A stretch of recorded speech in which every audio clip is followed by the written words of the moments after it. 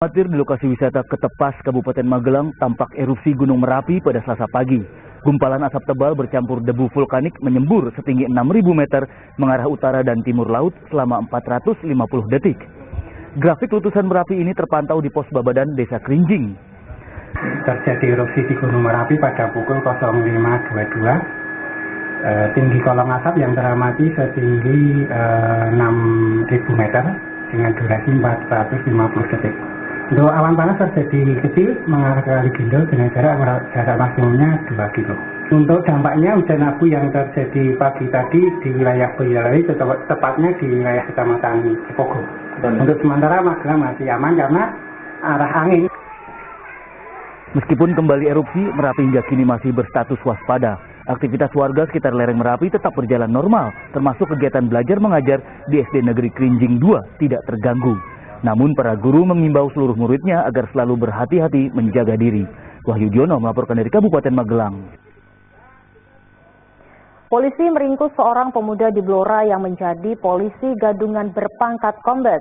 Tersangka menipu seorang perempuan hingga puluhan juta rupiah dengan janji dinikahi yang tak pernah ditepati. Budi Apriawan bermulut manis.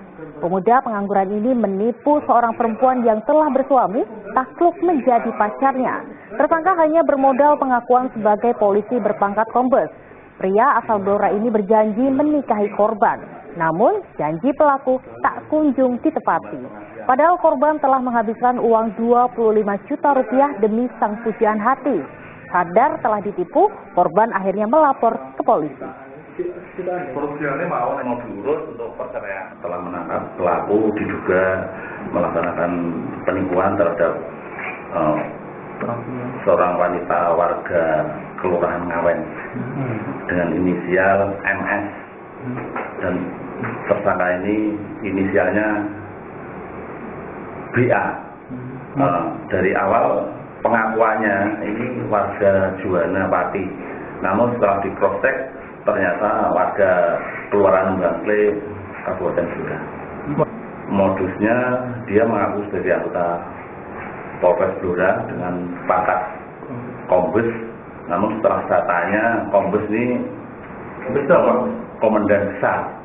Ya, padahal kalau di kepolisian kalau kombes ya komisaris besar polisi gitu. Ya, jadi menurut dia kombes ini komandan besar, dan korban ini dengan bujuk rayu ya diiming-imingi mungkin akan dinikah sehingga kerugian mencapai kurang lebih 25 juta.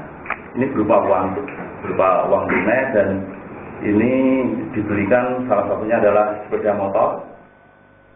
Kita beralih ke informasi lainnya. Komisi Penyiaran Indonesia Daerah atau KPID Jawa Tengah pada Selasa siang menggelar evaluasi program siaran sistem jaringan atau SSJ di Ungaran, Kabupaten Semarang.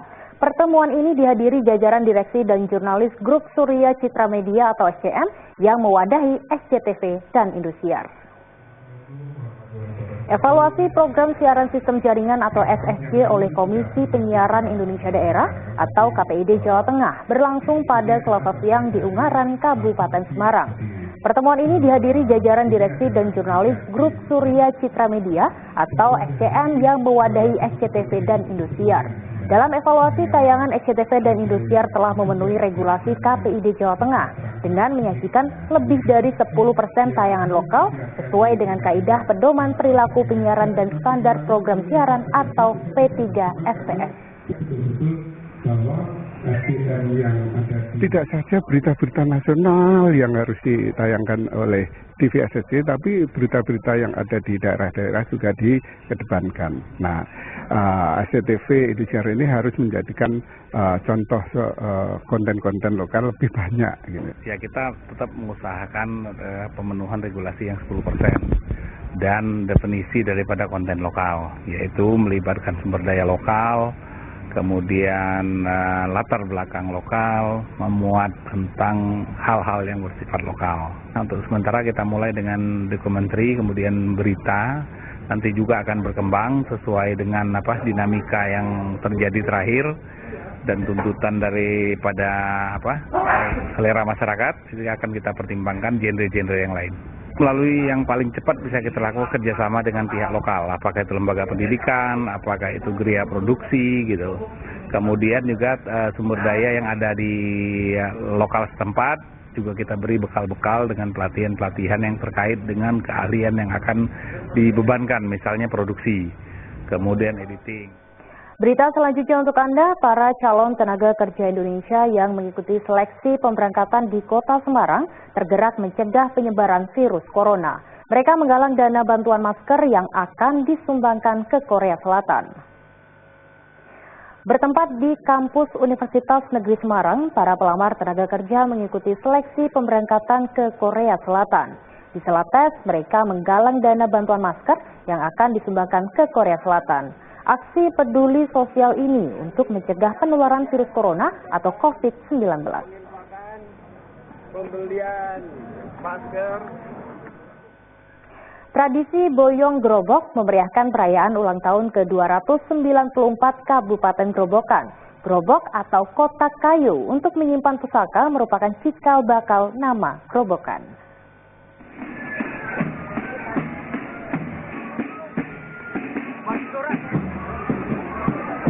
Perayaan ulang tahun ke-294 Kabupaten Grobogan semakin meriah dengan tradisi boyong gerobok. Gerobok atau kotak kayu untuk menyimpan pusaka merupakan cikal bakal nama Kabupaten Grobogan pada tahun 1726. Gerobok ini peninggalan Pangeran Puger, Bupati pertama Grobogan. Kirap gerobok diboyong dari Kecamatan Grobogan menuju Purwodadi sejauh 8 km untuk memperingati pindahnya pusat pemerintahan Kabupaten Grobogan dari Kecamatan Grobogan ke Purwodadi pada tahun 1864. Dulu Kabupaten Grobogan letaknya di Kelurahan Grobogan, di Kecamatan Grobogan, dan dipindah di Kota Purwodadi, Kecamatan Purwodadi. Dan ini merupakan harus ada sejarah, kita harus per tahun harus memperingati hari jadi. Dan hari jadi ini mudah-mudahan ke depan untuk Grobogan untuk bisa lebih baik dan sejahtera secara utuh dan menyeluruh, dan mari kita warga masyarakat Grobogan untuk membangun Grobogan yang lebih baik dan untuk kenyamanan, aman, tentram dan damai, dan selalu kita berdoa Grobogan adalah subur makmur, soto raharjo, dan ini harus disengkuyung bareng-bareng, harus gotong royong, baik eksekutif, legislatif, dan tokoh masyarakat dan seluruh warga masyarakat. Dan kita untuk membangun Grobogan ini tidak harus ada dorongan dari masyarakat Kabupaten Grobogan. Gunungan ikut memeriahkan ritual boyong gerobok. Setelah diarak, masyarakat setempat berebut gunungan di alun-alun Purwodadi.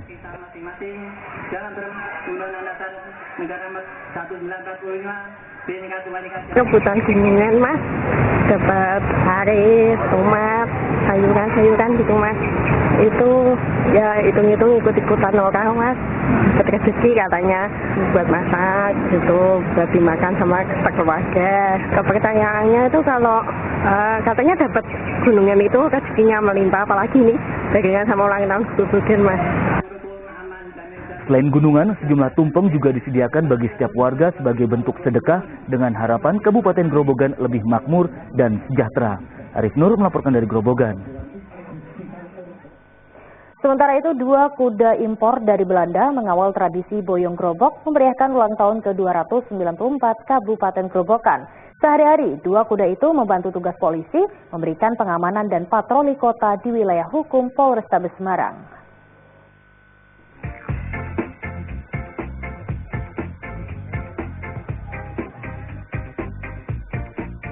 Kuda coklat ini bernama Jeremy, serta kuda putih bernama Purple.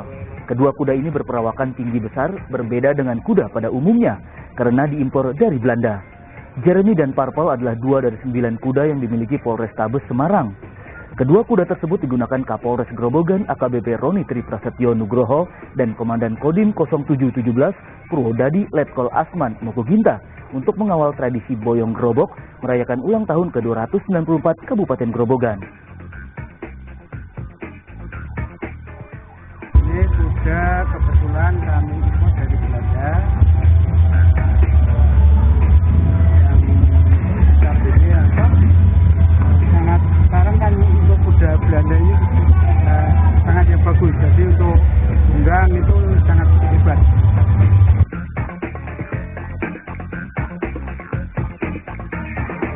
Sehari-hari Jeremy dan Parpol membantu tugas kepolisian memberikan pengamanan masyarakat serta patroli kota. Arif Nur melaporkan dari Grobogan.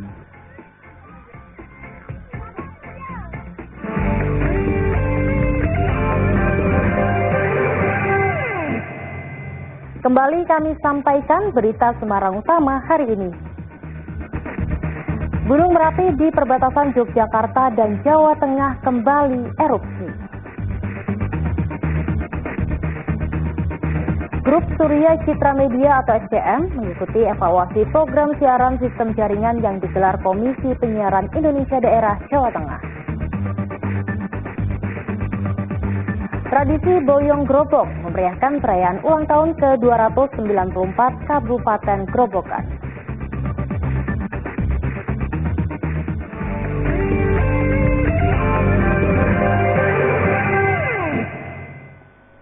Seorang pemilik kedai minuman di Kendal mampu mengolah buah sukun menjadi tape dan campuran es dawet yang lezat dan bergizi. Tape sukun wiwit dijual seharga Rp4.000 untuk ukuran kecil serta Rp16.000 untuk ukuran besar.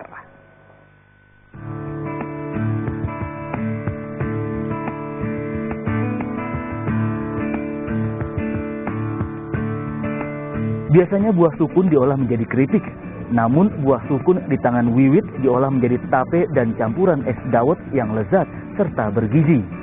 Pemilik kedai minuman di Jalan Stadion Kabupaten Kendal ini mampu menghasilkan tape sukun dengan tekstur yang lembut. Awalnya karena kebetulan saya kan sukanya yang bikin olahan-olahan yang orang-orang nggak bikin. Salah satunya tadinya kan awalnya dapat sukun ireng. Nah, ketika dapat sukun ireng, kemudian pegang dapat sukun ireng, lalu kalau tapenya ketan kurang pas. Nah, nyoba sukun karena teksturnya kan hampir sama dengan kayak podo, dengan beras ketan juga hampir sama, karbohidratnya tinggi. Kita coba. Percobaan ini enggak hanya sekali, berkali-kali, hingga sampai menemukan cara yang baik. Kalau lewat dua ya, terus lagi mampir itu. Ini lebih lembut daripada dawet-dawet yang lain. Selain menurunkan kolesterol sekaligus darah tinggi, buah sukun membantu tubuh melawan radikal bebas. Tape sukun wiwit dijual seharga Rp4.000 untuk ukuran kecil, serta Rp16.000 untuk ukuran besar. Selamat mencoba. Agus Hermanto melaporkan dari Kendal.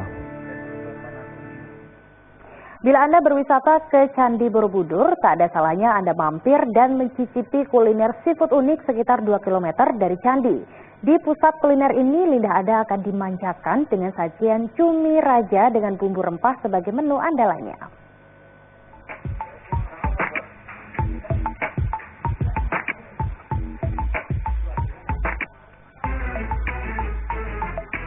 Bila dilihat sepintas, masakan seafood ini terlihat seperti daging kambing atau daging sapi. Namun setelah disajikan dan digelar di atas meja, makanan ini ternyata seafood antara cumi-cumi, kerang, udang, dan sengaja dimasak beserta kulitnya. Kuliner unik ini sengaja dibuat seperti itu agar para pembelinya puas saat menikmatinya.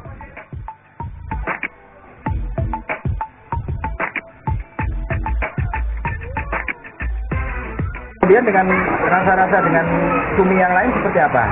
Perbedaannya apa rasanya dengan cumi yang lain? Cumi yang lain, kalau cumi yang lain kecil ya pastinya. Kalau ini besar tapi empuk. Di situ istimewanya. Di sini tuh kalau masak berita raksasa tuh biasanya kalau tempat lain kan keras, gitu, ulet, alot. Tapi kalau di sini empuk banget.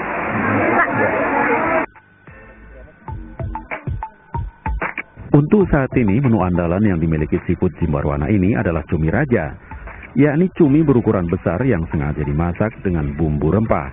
Tak hanya itu, rumah makan khusus ikan laut ini menyajikan berbagai macam ikan segar. Salah satunya itu cumi raja. Jadi cumi besar atau monster squid yang kita balur dengan rempah-rempah khas Jimbarwana. dan mereka akan makan dengan menggunakan pisau dibuat sendiri. Oh itu ya banyak penggemarnya itu, salah satu menu acara kita itu. Jadi unik seperti itu, Pak? Unik, mulai dari mentah kita bersihkan, terus kita masak, terus kita sajikan. Untuk harga satu porsi cumi raja cukup dengan merogoh uang Rp300.000 untuk 8 orang. Warung seafood yang berdiri sejak 1 tahun lalu tak hanya dikunjungi warga dari Jawa Tengah. Warung makan ini juga didatangi pelanggan dari berbagai daerah yang kebetulan berwisata di Candi Borobudur. Wahyu Diono melaporkan dari Magelang. Bersepeda menjadi alternatif dalam berolahraga, salah satunya bersepeda menyusuri aliran sungai di Danau Rawapening, Kabupaten Semarang, Jawa Tengah. Di sini Anda bisa menikmati keindahan Gunung Merbabu dan juga Gunung Telomoyo yang begitu mempesona, seperti yang dilakukan oleh komunitas sepeda dari Salatiga.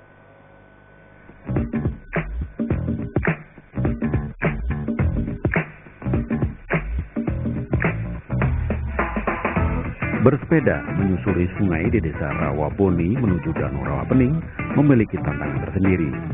Dengan jarak lebih kurang 14 km dari kota Salatiga, pesepeda bisa menempuh rute yang tidak begitu terjal di trek aliran sungai serta persawahan Danau Rawapening. Alam yang masih asri dengan banyaknya pepohonan yang diwarnai dengan kesederhanaan dan keramahan penduduk sekitar Rawapening adalah daya tarik utama wisata bersepeda ini. Selama perjalanan bersepeda, juga bisa melihat ragam kegiatan masyarakat di pinggiran Danau Rawapening dan langsung berinteraksi dengan mereka. Sisi yang menarik dari trek susur Danau Rawapening bukanlah tantangan jalur ekstrim, melainkan suguhan pemandangan alam yang menyejukkan.